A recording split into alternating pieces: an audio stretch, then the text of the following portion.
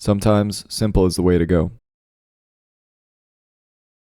I've made a handful of videos at this point going through the leftover A5 Wagyu that I have in my freezer from the large rib roast that I bought last year, and at this point it's about 19 months old, so it's really time to get rid of it. I could just eat it by itself and it would be just fine, but since I film videos it's better to do variety, so I decided to turn this into a simple sandwich. The beauty is that this recipe doesn't have to be done with Wagyu. You can just use whatever cut of steak you like and whatever you can find. But this is just meant to serve as a structure and an idea for you to be creative in your own way. The only real prep that I'm going to have to do for this sandwich is the caramelized onions and the balsamic glaze. The onions take the longest, so I'm going to start with that. I would use about a half of a white or yellow onion per portion. I'm just slicing that fairly thinly, and then in a non-stick pan over medium heat, I'm adding a good bit of olive oil and a little bit of butter. I'll dump the onions in and add a pinch of salt and just stir that around. You could do this over a medium or medium-lowish heat, but I'm going to leave this mostly unattended so I can focus on other parts of the sandwich. So I'm going on low heat, so I only have to stir it every 5 minutes or so. Over the course of like 30 to 45 minutes, they'll start to soften up and get some color. And again, you can do this over medium heat, you just have to stir it way more frequently.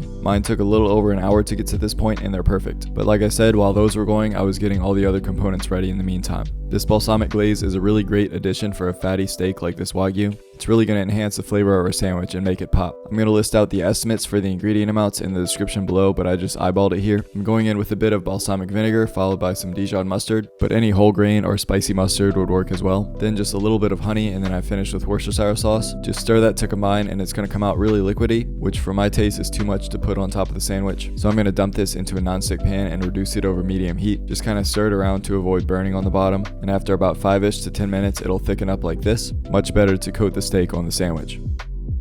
Now let's talk about bread. We're blessed that nowadays grocery stores have so many different options to choose from when it comes to bread. Their bakery sections have lots of soft to hard breads. They have different shapes and sizes and seasonings, so use what you want here, but when it comes to steak sandwiches like this, I prefer something sturdy, so I'm using this square loaf of sourdough bread. I think it toasts up nice and holds the sandwich together pretty well. I like buying it uncut so I can choose the thickness of my slices, which for this I want pretty thick slices. Now once I have that, I think it's non-negotiable to turn this into some garlic bread. I'm going to take a couple of tablespoons of softened butter and press in 1 large clove of garlic, and I just add in some flakes of dried parsley for no other reason than for looks. Just mix all that together and then spread it across one side of each slice of bread, and then I'm just toasting these over medium heat in my cast iron because I'm about to use that to sear the steak, but I usually use my non-stick pan for this. After a few minutes they'll toast up like this, and I just keep them on a wire rack to keep them crispy.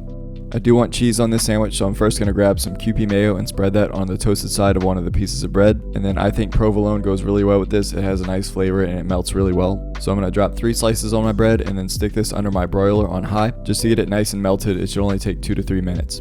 Okay, and finally onto the steak, which like I said, this is my leftover A5 Wagyu. It's about 1/3 of a pound, which will be really good for one large sandwich. I defrosted it and sat it at room temperature for like 30 minutes, and then patted it dry and just seasoned it with salt, which, side note, if you're using a more everyday cut of steak, you can also do a marinade for the steak. That's pretty common when you're making sandwiches. I'll put a simple marinade in the description below if you decide to go that route, but the Wagyu doesn't need it. In a super hot and dry cast iron, I'm just going to sear this for about a minute on both sides. I like my steaks to be on the rarer side when I put them in a sandwich, and this is already thin as is, so it won't take long. Once it's got a nice color on the outside, I'm just going to sit it on a cutting board for about 5 minutes to let it rest. Also just going to add some black pepper and garlic powder to finish the seasonings, and then I'll slice it nice and thin so it'll fit on the sandwich really well. Yeah, as you can see, this looks kind of gray, and it's only because it's been sitting in my freezer for so long. I promise you this is a rare steak. We should have all our components now, so it's just time to assemble. I've already got the cheese side of bread with mayo, so I'm just going to add the mayo to the other side, and I kind of screwed up here because I normally like to keep the toasted sides on the inside of the sandwich just to protect the roof of my mouth, but I just kind of forgot here. Oh well. You deserve it for the atrocious lighting in this shot. Fair. And then I always add arugula to my steak sandwiches because the bite of it just pairs so well with beef in my opinion. Pile a lot of that onto one side of the bread. Then I'm just going to add all my little pieces of steak, try to get them nicely evenly distributed. Then I'm adding a few pinches of my Icelandic lava salt because this is Wagyu and why not. Then I'm just going to spoon over a bit of that balsamic glaze. It doesn't need to be spread across a slice of bread or anything. It's going to be really concentrated because we reduced it so the flavor is really powerful. Just a few drizzles with a spoon will do. Now just those beautiful caramelized onions, and then as a finishing touch I'm just going to add a few sliced pepperoncinis because I have that. The pickly bite will pair well with such a rich sandwich. That's it. You can change whatever you want or add any other things that you like. Sandwiches are a blank canvas for you to go to town how you please. I'm just going to top that off and smush it down a bit to keep it together, and then with a serrated knife I'm going to cut this at a slight bias to make it look pretty, and you got to stack the 2 pieces on top of each other for the nice thumbnail. And that's a pretty good cross section if you ask me. It would look a little better if the Wagyu was fresher, but it's still going to taste just fine. I don't know about you, but I'm ready to dig into this taste test. Sandwiches are just one of the good parts about life. If you really keep exploring, you should never get tired of them with all the possibilities that you have. But steak sandwiches are just extra special. Nothing like rich beef, especially the A5 Wagyu in this case, being the star of the show between two pieces of bread with different toppings. I've been really needing to get rid of this steak, and this is a great way to do it in my opinion. But this thing's been sitting here getting cold for a long time, so I'm gonna jump right in. Cheers. That right there is perfection. If you didn't tell me the steak was almost 2 years old in the freezer, I would never know, even though the quality definitely degrades over time. Just all the combinations of sweet and savory and acidic flavors that we put inside of this. I'll probably never have this exact sandwich again just because I always do something different every time. That's why this is a great idea to make your own. This requires some kettle chips. I wish I had the pepperoncini flavor, but all they had was jalapeno today. Oh well. It obviously doesn't have to be A5 Wagyu, but picking a tender cut of meat really makes a difference here.